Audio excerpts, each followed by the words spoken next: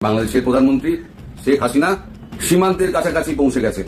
তিনি সময় অপেক্ষা করছেন এবং আপনারা নিশ্চিন্ত থাকুন, কয়েকদিনের মধ্যে অবস্থা সম্পূর্ণ পরিবর্তন হবে। তোমার মতো জিএম কাদেরকে রিমান্ডে 17 দিন পিটানো দরকার। জিএম কাদের বাংলাদেশে যদি জনতার সরকার প্রতিষ্ঠিত হয় তোমার মৃত্যুদণ্ড হবে। জিএম কাদের তোমার ফাঁসির দাবিতে 1 কোটি মানুষ রাস্তায় স্লোগান দিবে, কারণ জিএম কাদের মতো নেতা জুতার বাড়ি খাবার যোগ্য, রাজনীতি করার যোগ্য নয় তারা। জাতীয় পার্টির চেয়ারম্যান ও সাবেক এমপি জিএম কাদের গ্রেফতার। রংপুর শহর থেকে গ্রেফতার করে পুলিশ। তার বিরুদ্ধে রংপুর থানায় মামলা রয়েছে। প্রিয় দর্শক, এইমাত্র সর্বশেষ গরম বাংলা সংবাদ। এবার প্রকাশ্যে মধুর ক্যান্টিনে ছাত্রলীগের সংবাদ স্লোগানে ফিরছেন শেখ হাসিনা। তো আজকের ভিডিওটি খুব গুরুত্বপূর্ণ হতে চলেছে, না টেনে স্ক্রিনের মাধ্যমে পরিপূর্ণভাবে দেখে আসি। তো প্রিয় দর্শক, ভিডিওটি ভালো লাগলে এটা লাইক করবেন আর কমেন্ট করে মতামত জানাতে ভুলবেন না। শহীদ পরিবারদের সামনে রেখে প্রয়োজনে আওয়ামী লীগকে ফিরিয়ে এনে প্রসিকিউটরদের বিচার করব, চিফ প্রসিকিউটরের পদত্যাগ চাই। পরবর্তী সময়ে বিপ্লবের প্রত্যাশিত পরিবর্তন পর্যবেক্ষণ করার লক্ষ্যে নিবেদিত। আমাদের জুলাই গণহত্যা বিচার বিষয়ক সেল, আন্তর্জাতিক অপরাধ ট্রাইব্যুনালের প্রসিকিউশন টিম, শহীদ পরিবারের সদস্যবৃন্দ, পুলিশ এবং যাবতীয় ফ্যাক্ট ফাইন্ডিং সংগঠন ও ছাত্র সংগঠনগুলোর সাথে যোগাযোগ রক্ষা করে আজকের এই সংবাদ সম্মেলনের আমাদের উদ্দেশ্য রেভলিউশনস ওয়াচের সর্বশেষ পর্যবেক্ষণ আমাদের সকলের সামনে তুলে ধরা। আন্তর্জাতিক অপরাধ ট্রাইব্যুনালের সামনে শহীদ পরিবারের সদস্যদের একটি গ্রুপ বিচারের অগ্রগতি জানার দাবিতে মিছিল নিয়ে অবস্থান নেন। এই জনসমাগমের ভেতর শহীদ পরিবারের সদস্যরা ছাড়াও কিছু শিক্ষার্থীদের আনাগোনা লক্ষ্য করা যায়। উল্লেখ্য, তাদের কয়েকজনকে একটি রাজনৈতিক দলের ছাত্র সংগঠনের সদস্য বা সমর্থক বলে চিহ্নিত করা হচ্ছে। শহীদ পরিবারের সদস্যদের প্রশ্নের জবাব দেওয়ার জন্য প্রসিকিউশন টিমের সদস্যরা এগিয়ে আসলেও তারা দাবি করেন ট্রাইব্যুনালের প্রধান কৌশলী তাদেরকেই তাদের সামনে উপস্থিত হয়ে তাদের প্রশ্নের উত্তর দিতে হবে। এই হট্টগোলের মধ্যে থেকে কতিপয় ছাত্র সংগঠনের সদস্যরা আক্রমণাত্মকভাবে ভিত্তিহীন কিছু অভিযোগ তুলে প্রসিকিউশনকে হুমকি দিতে থাকে।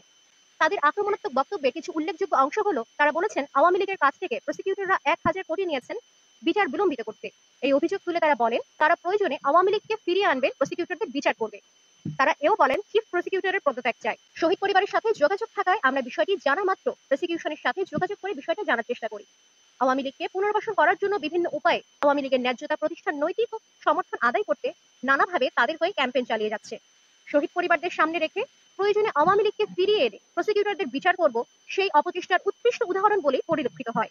কতিপয় ছাত্র সংগঠন, রাজনৈতিক সংশ্লিষ্টতা এমন একটি রাজনৈতিক দলের সাথে যার নেতাকর্মীরা পূর্বে ভিত্তিহীন অভিযোগ তুলে আদালত প্রাঙ্গণে বিশৃঙ্খলা করেছিলেন এবং পরবর্তীতে মিথ্যাচারের কারণে সমালোচনার মুখে ক্ষমা চাইতেও বাধ্য হয়েছিলেন।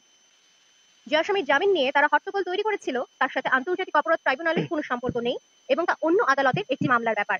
শহীদ পরিবারের সদস্যরা প্রতিনিয়তই ট্রাইব্যুনালে যাতায়াত করছেন বলে তারা জানান। এমনকি কিছুদিন আগে একজন শহীদের বাবা তার ছেলেকে নিয়ে লেখা বইয়ের কিছু কপি, এমনকি প্রসিকিউশন টিমের কাছে তার বিক্রয়ের জন্য সহায়তা চেয়ে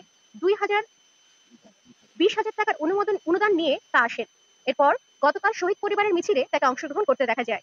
আমরা তীব্র সন্দেহ করছি যে শহীদ পরিবারের সদস্যদের ব্যবহার করে বিচার প্রক্রিয়া সম্পর্কে সাধারণ মানুষের অজ্ঞতাকে কাজে লাগিয়ে এই মহলটি যেন তাদের অসাধু উদ্দেশ্য বাস্তবায়ন করতে না পারে, তার সংক্ষেপে সে সম্পর্কে আমরা প্রসিকিউশন টিমের কাছে থেকে পাওয়া তথ্য আপনাদের জানানোর চেষ্টা করছি। প্রসিকিউশন টিমের হাতে বিচার করার কোনো এখতিয়ার নেই, তারা আইনজীবী মাত্র। তদন্ত সংস্থা ট্রাইব্যুনালে দাখিল হওয়া অভিযোগগুলো তদন্ত শেষে রিপোর্ট দাখিল করার পরেই কেবল বিচারিক প্রক্রিয়া শুরু হবে। তদন্ত কমিটি আইন শৃঙ্খলা বাহিনীর সদস্যদের নিয়ে গঠিত একটি স্বাধীন সত্তা। তাদের প্রস্তুতকৃত রিপোর্টের ওপর ভিত্তি করে প্রসিকিউশন টিম অভিযোগগুলো সন্দেহাতীতভাবে বিজ্ঞ আদালতের সামনে প্রমাণ করার দায়িত্ব পালন করবেন। বিচারক রায় দেবেন মাননীয় আদালত অর্থাৎ বিচারকগণ। দেশের শান্তি বিনষ্ট করার সকল অপচেষ্টা ব্যর্থ হবে ইনশাআল্লাহ।